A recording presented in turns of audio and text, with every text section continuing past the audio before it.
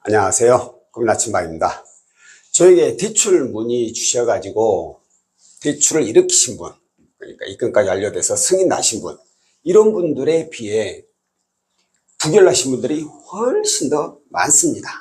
이렇게 부결난 사유를 보면은 연체 중이신 분들도 있고, 그리고 현재 연체 중이진 않지만 이전에 연체를 해서 연체 기록이 남아있는 분들도 있고, 또한 과다 대출이 너무 많아서 안 되는 분들도 있고, 또한 대출이 너무 많은 건 아닌데 최근에 대출을 너무 많이 받아서 최근 대출 과다로 인해서 또 안 되는 분들도 있고, 또한 과다 조회를 너무 많이 해서, 이 과다 조회는 이제 대출 플랫폼 앱이죠.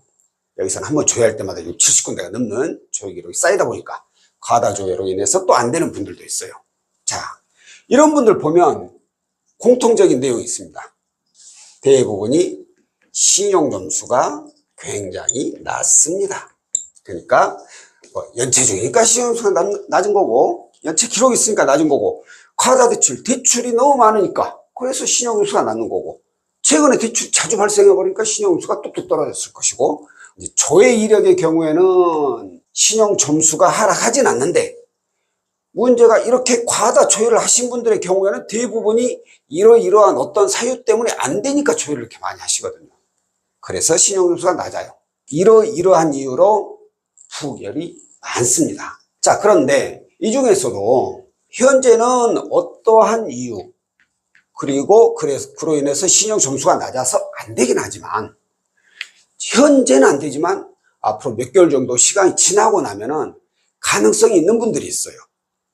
특히나 이렇게 최근 대출 과다 이력이 있는 분들, 최근에 대출을 자주 받으신 분들은 시간이 좀 지나면 이게 없어지니까 과다 조회도 마찬가지고, 과다 대출이야 대출금을 줄여야 될 것이고, 연체 기록이 삭제가 되거나 혹은 연체를 상환한 날로부터 최소한 1년 이상이 되거나 이래야 되겠죠. 자, 이런 분들의 경우에는 신용 관리만 잘한다면 저희 상담사들이 고객님의 경우에는 몇 개월 정도 후에는 가능성이 더 높아 보입니다 라고 이렇게 말씀을 드려요.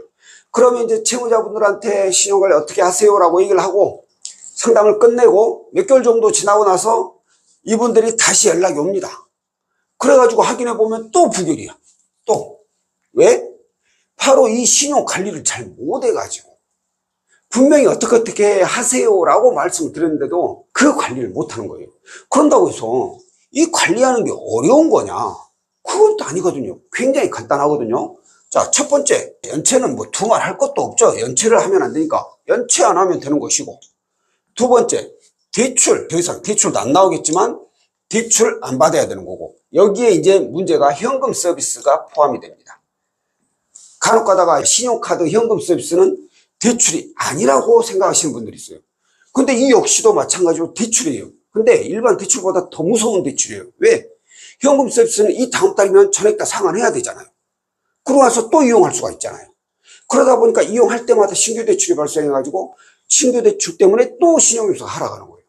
그러니까 절대로 현금 서비스는 이용을 하면 안 되는 거죠. 여기에다가 하나 더 추가하자면 이제 조회. 조회는 아까도 말씀드렸듯이 앱을 통한 조회. 과다 조회가 걸려버리죠. 이 앱에 나와 있는 문구를 보면 조회한다고 해서 신용에 변동이 없다 이렇게 나와 있습니다.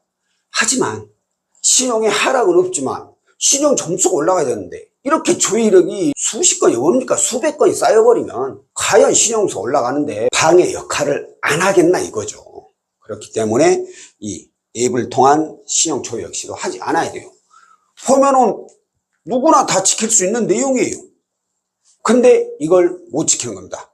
가장 못 지키는 게 바로 어플을 통한 대출 조회, 그 다음이 현금 서비스, 이거예요. 그러다 보니까 거의 신용관리 해가지고 몇 개월 뒤에 연락 주세요 라고 하고 몇 개월 지나서 연락이 와서 봤는데 조회를 해보니까 또 부결인 거예요. 물론 당장 힘들고 너무 어려우니까 그래서 혹시나 하고 조회도 해보고, 아니말로 진짜 급하게 써야 될 돈이 있으니까 대출이 안 되니까 현금 서비스라도 이용하신 분들이 있다는 거 알고 있습니다. 충분히 저도 이해를 합니다. 그러나 이 작은 거 하나 때문에 큰 걸 놓치게 돼요. 이 말이 뭐예요? 신용관리 잘 해가지고 승인이 나서 본인이 원하는 걸 해결을 할 수 있는 방법도 있는데 이 작은 걸 못 지켜서 결국엔 또 부결, 또 힘든 상황이 벌어진다는 거죠. 그러니 힘든 건 알겠지만 혹시라도 대출 신청했다가 부결이 나더라도 저희 같은 상담사가 이러이러한 부분만 보완을 하면은 몇 개월 정도 후에는 가능성이 높아집니다 라고 했을 때는 가능한 그 부분들을 지켜주시는 것이 본인을 이해하는 길이기도 하다라는 거 이제 꼭 알고 계시고요. 오늘 영상은 여기까지고 다음번에 또 다른 내용으로 찾아뵙도록 하겠습니다. 고맙습니다.